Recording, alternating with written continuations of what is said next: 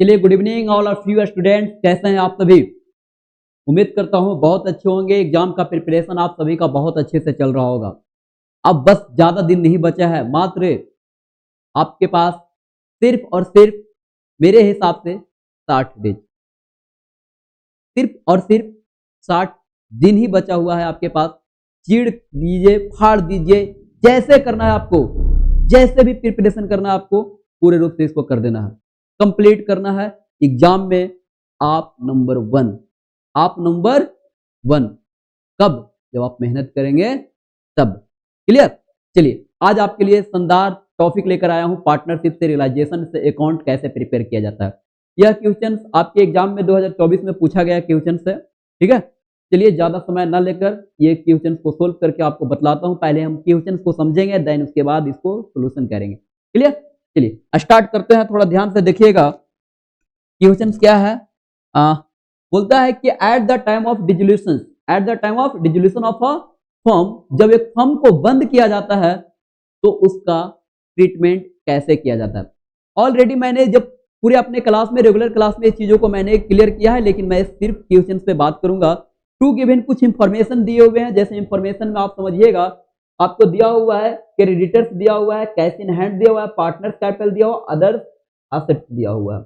Others assets नहीं दिया हुआ, अदर्स एसेट्स से जो पैसा जो रिलाइज हुआ है वो देखा है। ठीक है, इंफॉर्मेशन था।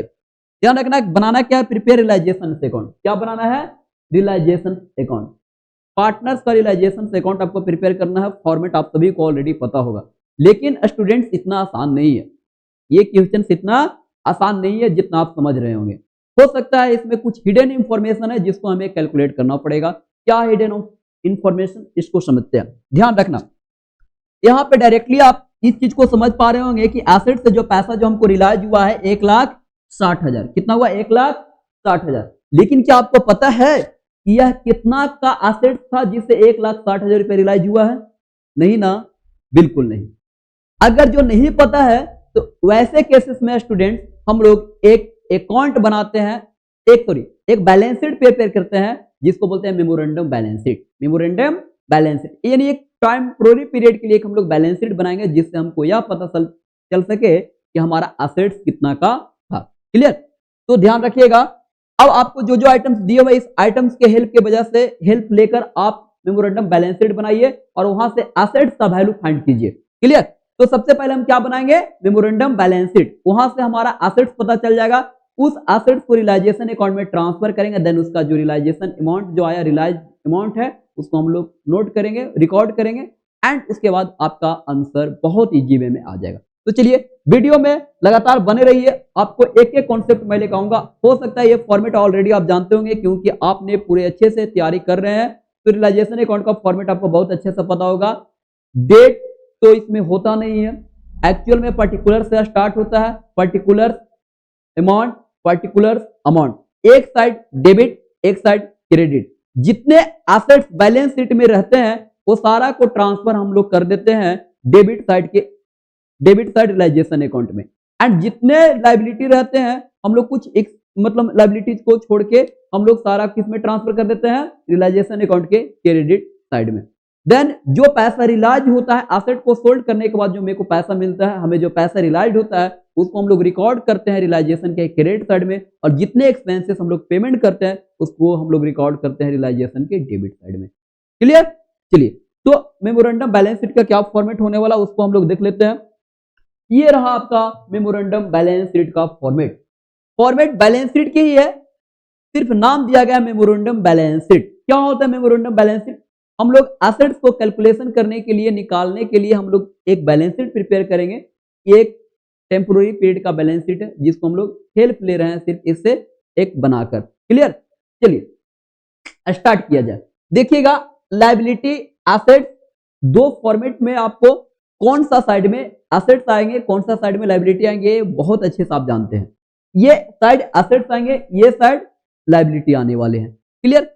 अब आपको आइटम्स जो आपके जो इंफॉर्मेशन में जो दे रखा उसको देखिए। क्रेडिटर्स मेरा क्या है? लायबिलिटी है। क्रेडिटर्स मेरा क्या है? लायबिलिटी है।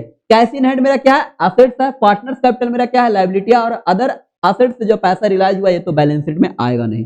बैलेंस शीट के ये कौन सा साइड में जाएगा? लायबिलिटी साइड में। ये कौन सा साइड में जाएगा, असेट साइड में, और ये कौन सा साइड में जाएगा, लायबिलिटी साइड में। आप चाहे तो यहाँ पे भी कैलकुलेशन कर सकते थे, जैसे मैं अगर जो बताऊं तो आप इसको ऐड कर दीजिए लायबिलिटी में और इसको ऐड कर दीजिए लायबिलिटी में। अगर जो ये दोनों को हम लोग ऐड करके पैसा लाते हैं, कैलकुलेट करते हैं, तो 80,000 प्लस 20,000, 80,000 प्लस 80,000 प्लस 1,30,000, 80,000 प्लस 1,30,000 करेंगे तो कितना हो जाएगा स्टूडेंट, देखिएगा 2,10,000। कितना हो जाएगा, 2,10,000। ये कौन सा साइड का आ गया, लायबिलिटी साइड का आ गया। आपको पता है ना, एसेट्स बैलेंस शीट में लायबिलिटी के बराबर होते हैं। चलिए अब एसेट्स में क्या क्या दिया हुआ है, सिर्फ 20,000 रुपये दिया हुआ है, तो 20,000 इधर हो जाएगा। एक मिनट, 20,000 किधर हो जाएगा, ये साइड में कितना हो जाएगा, सिर्फ 20,000 हो जाएगा। और इधर पैसा कितना कम रहा, नहीं एक मिनट, ये तो बैलेंस मैं कर दे रहा हूं ना, एक मिनट। चलिए इधर भी बैलेंस कर दे रहा हूं दोनों का, तो कितना होगा, 2,10,000। यहाँ पे हमें दिया कितना हुआ है, 20,000, क्योंकि कैश इन हैंड का पैसा है, तो कम कितना रहा है पैसा, वही पैसा आपका सैंडरी एसेट्स में आएगा, वही पैसा आपका सैंडरी एसेट्स में आएगा। तो कितना कम रहा है, देखिएगा 1,90,000।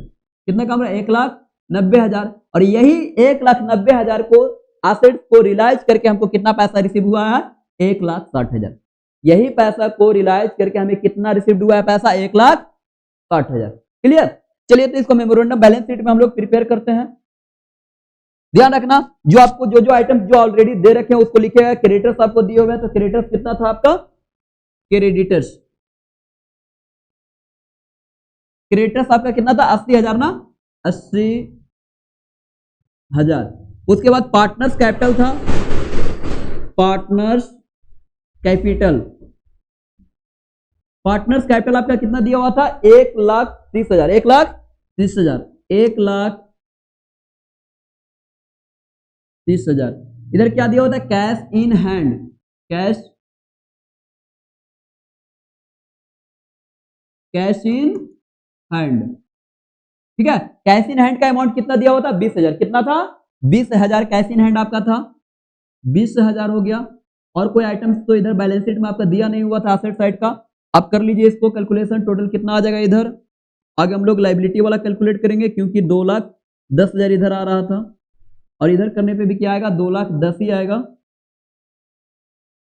2,00,000 कितना आएगा, 10,000 आएगा। जो बीच में जो अमाउंट्स कमेंगे ना, उसको हम लोग बोलेंगे सैंडरी एसेट। वो मेरा क्या है, सैंडरी एसेट्स है। सैंडरी एसेट्स कितना कम रहा था अमाउंट, 1,90,000। कितना कम रहा था, 1,90,000। और इसी को हम लोग निकालने के लिए कैलकुलेशन बनाए थे मेमोरेंडम बैलेंस शीट का। इसी के लिए हम लोग मतलब बना रहे थे मेमोरेंडम बैलेंस शीट। और 1,90,000 मेरा क्या निकल गया, सैंडरी एसेट्स। और यही एसेट्स को रियलाइज पैसा कितना हुआ था, 1,60,000। चलिए अब रियलाइजेशन बना लीजिए। रियलाइजेशन में सबसे पहले एसेट्स को क्या किया था, ट्रांसफर किया। तो सैंडरी एसेट को पहले इधर लिख देंगे, 2 sundry assets. 1 minute, 2 sundry assets. क्या हो गया, क्या हो जाएगा, 2 सैंडरी एसेट्स। कितना का एसेट था आपका, 1,90,000 का, 1,90,000 का। अब याद रखना इतना आपको कि कैश का पैसा ट्रांसफर नहीं होता है, कैश का पैसा ट्रांसफर नहीं होता है। क्लियर, क्योंकि कैश हमें कहां जाएगा, पार्टनर्स कैपिटल अकाउंट नहीं, कैश अकाउंट में चला जाएगा। कहां जाएगा, कैश अकाउंट में चला जाएगा। नेक्स्ट और क्या होगा, क्रेडिटर साइड में इधर ट्रांसफर कर दिए बाय क्रेडिटर्स को। क्रेडिटर्स का अमाउंट भी दिया हुआ था, तो बाय क्रेडिटर्स हो जाएगा। कितना था क्रेडिटर्स का अमाउंट, ध्यान रखना क्रेडिटर्स का अमाउंट आपका था 80,000 का। कितना था, 80,000 रुपया। तो यहाँ पे लिखेंगे 80,000। क्या हो जाएगा, 80,000। और क्या करना है, अब आपका जो एसेट से जो पैसा आया और जो आपने लायबिलिटी को, जो क्रेडिटर्स को जो आपने पेमेंट किया, तो सबसे पहले क्रेडिटर्स को आप पेमेंट करिए। लिखिएगा to cash account, to cash account. क्या हो जाएगा, क्रेडिटर्स। पोस्ट में लिख दीजिएगा ब्रैकेट में क्रेडिटर्स, क्रेडिटर्स हो गया। और इधर जो हमको पैसा जो रिलाइज हुआ, तो बाय सैंडरी एसेट से, बाय सैंडरी एसेट्स। ठीक है, बाय सैंडरी एसेट्स। हम लोग कैश अकाउंट ना लिखेंगे, सॉरी, एक मिनट। क्या हो जाएगा, cash account, by cash account sundry asset से पैसा रिलाइज होता ना, सैंडरी एसेट।